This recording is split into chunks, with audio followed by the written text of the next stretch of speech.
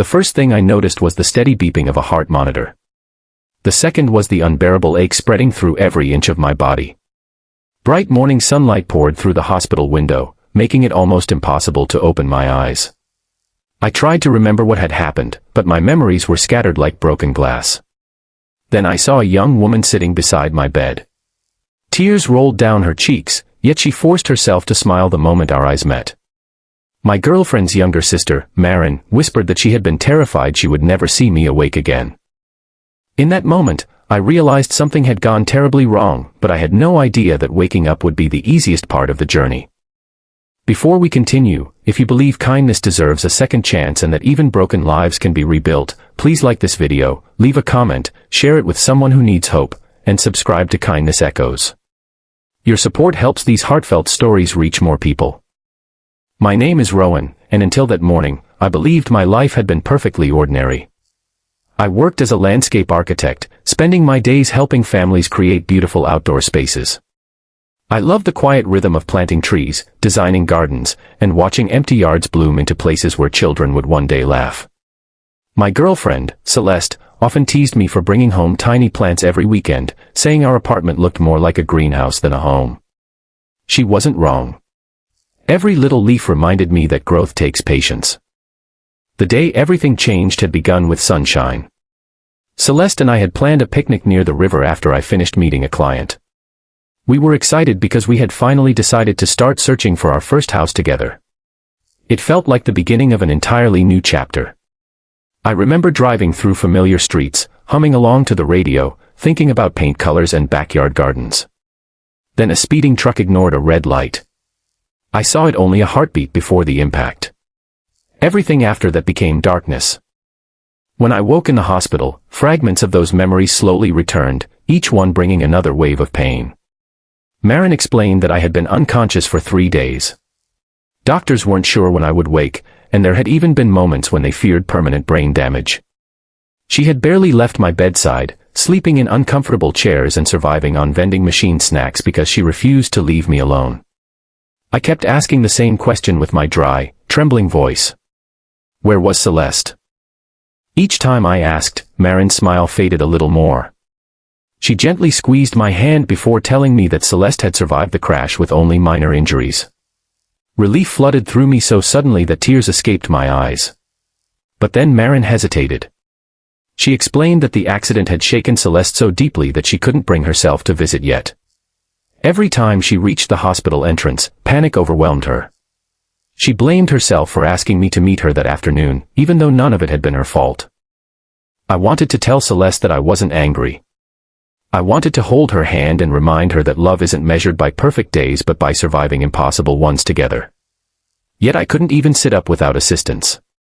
The following week tested every ounce of my strength. My broken leg required surgery. My ribs made every breath feel like fire. Even learning to stand with a walker felt humiliating. There were mornings when frustration overwhelmed me. I had always been independent, yet now I struggled to button a shirt without help. Through every setback, Marin remained beside me. She never allowed pity to fill the room. Instead, she celebrated every tiny victory as though it were a championship. The first time I stood without falling, she clapped louder than anyone. When I managed 5 painful steps down the rehabilitation hallway, she acted as if I had finished a marathon.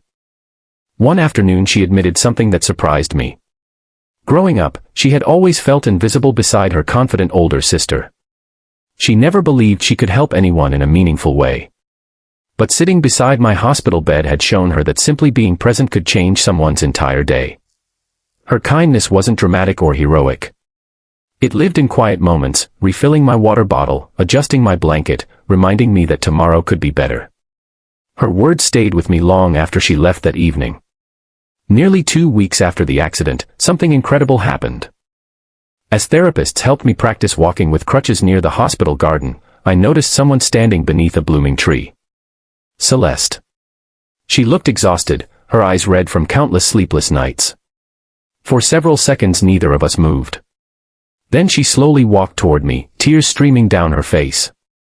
She admitted she had been consumed by guilt, convinced she had ruined both our futures. She believed I deserved someone whose life wasn't connected to tragedy. I reached for her hand despite the pain shooting through my shoulder. I reminded her that accidents don't erase love.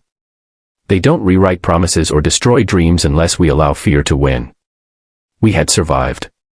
That alone was worth fighting for. She collapsed into careful tears against my shoulder, apologizing over and over. I didn't need apologies. I needed her to believe we could still build the life we had imagined together. Recovery lasted months. Some days I progressed. Other days I felt trapped by setbacks. Rainy mornings often brought aching bones that reminded me of the collision. Yet every week I became a little stronger. My first walk without crutches felt like reclaiming a piece of myself. My first day back at work felt like discovering hope again. But the greatest change wasn't physical. Celeste started attending counseling to overcome her trauma.